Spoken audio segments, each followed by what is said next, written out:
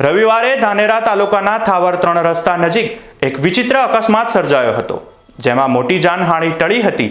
જો કે એક ગરીબ પરિવારને ભારે આર્થિક નુકસાન વેઠવું પડ્યું હતું। રાજસ્થાનથી આવી રહેલા એક ટેન્કર ચાલકે બેફામ ડ્રાઇવિંગ કરતા ટેન્કર હાઈવે નજીક એક નાનકડી દુકાનમાં ઘૂસી ગયું હતું। આ ઘટનામાં દુકાન માલિકના માલ સામાન સહિત ઇલેક્ટ્રિક સામાનને પણ નુકસાન થયું હતું। થાવર 3 રસ્તા ઉપર આવેલી આ દુકાનમાં દુકાન માલિક ઠંડા પીણા અને અન્ય ચીજ વસ્તુઓ વેચીને પોતાનું ગુજરાન ચલાવે છે।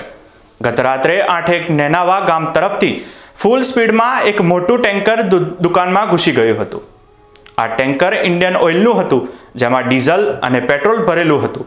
દુકાનમાં બેઠેલા વૃદ્ધ અને ગ્રાહકોને આબાદ બચાવ થયો હતો, પરંતુ દુકાનમાં પડેલો મોટાભાગનો માલસામાન નષ્ટ થઈ ગયો હતો। ટેન્કર ચાલકના બેફામ ડ્રાઇવિંગના કારણે મોટી જાનહાનિ થતા ટળી હતી। અકસ્માતની જાણ થતાં ધાનેરા પોલીસ ઘટના સ્થળે દોડી આવી હતી। પોલીસે ટેન્કર ચાલકને નીચે ઉતારી સારવાર માટે મોકલ્યો હતો। ટેન્કર ચાલક નશામાં હોય તેવું લાગી રહ્યું હતું।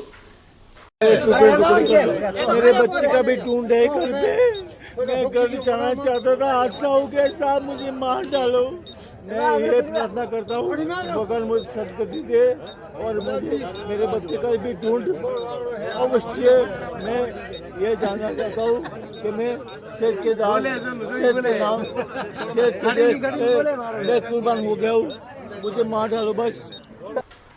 આ ઘટનાને ગંભીર ગણાવી શકાય, કારણ કે જો આ રીતે ચાલકો બેફામ વાહન ચલાવતા રહેશે તો અનેક લોકોના જીવ જોખમમાં મુકાઈ શકે છે। આ મામલે ધાનેરા પોલીસ કડક કાર્યવાહી કરે તેવી માંગ ઉઠી છે। દુકાન માલિક ગોકલાભાઈ પરમારે આ અકસ્માત અંગે વધુ માહિતી આપી હતી। લગભગ 8 વાગ્યા જેવો થયો છે સમાટ ટાઈમ, અને ગાડી આસાબુસરી આવી અને કોઈ દુકાન આગળ ઉભા હતા અને કરિયાણાની છોટા મોટી દુકાન નાની, મારો ગોકળાભાઈ નામ હે પરમાર, અને આવ્યો કિશોરભાઈ આસાબુસર ગાડી પડી ગઈ, મારે ફરી જ ભાગી નાખ્યો અને ગાડી આખો દુકાન તોડી નાખી।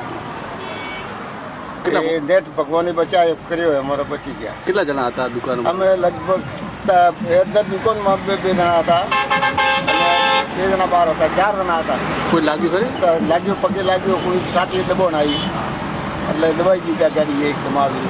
કેમ કર્યું ડ્રાઈવરે? કોઈ ખબર? ડ્રાઈવર કોઈ નશામાં તો મારે ઉતરતો ને તો પોલીસે આવીને ઉતાર્યો। ડ્રાઈવરે ગમે નહીં, કોઈ નશામાં તો। હા સાહેબ, કેટલું નુકસાન થયું?